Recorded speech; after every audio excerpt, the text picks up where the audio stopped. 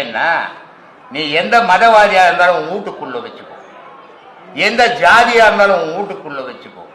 பொது இடத்துக்கு வந்தீங்கன்னா அங்க ஜாதி மதம் பேசுனா குழப்பம்தான் உண்டாகும். பொது நோக்கு ஓனாங்க. இங்க இவ்வளோ பேர் ஆயிரக்கணக்கில் வந்திருக்கிறாங்க.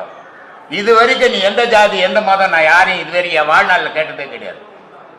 ஏன்னா நான் பார்க்கறது ஜாதியை பார்க்க மாட்டேன், மதத்தை பார்க்க மாட்டேன், மனுஷனை மட்டும் பார்ப்பேன்.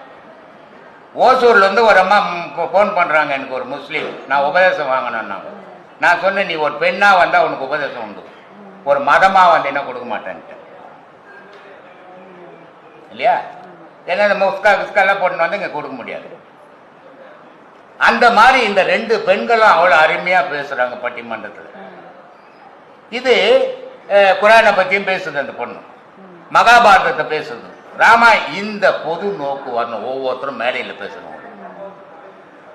நான் ஒரு முஸ்லீம் குரான் பத்தி தான் பேசுவேன், நான் ஒரு இந்துவை பத்தி தான் பேசுவேன், நான் ஒரு கிறிஸ்தவ. அப்படி பேசும்போது நீ வீட்டுல பேசணும், பொது இடத்துல பேச வேண்டிய அவசியம் கிடையாது. பொது இடத்துல அப்படி பேசணும்னா அது பிழப்பு. இந்த பொது நோக்கு வரணும், ஒவ்வொரு மனிதனுக்குள்ளும் வந்தாவே அவன் பாதி சுயநலம் பாதி பொது நலத்துக்கு வருவான்.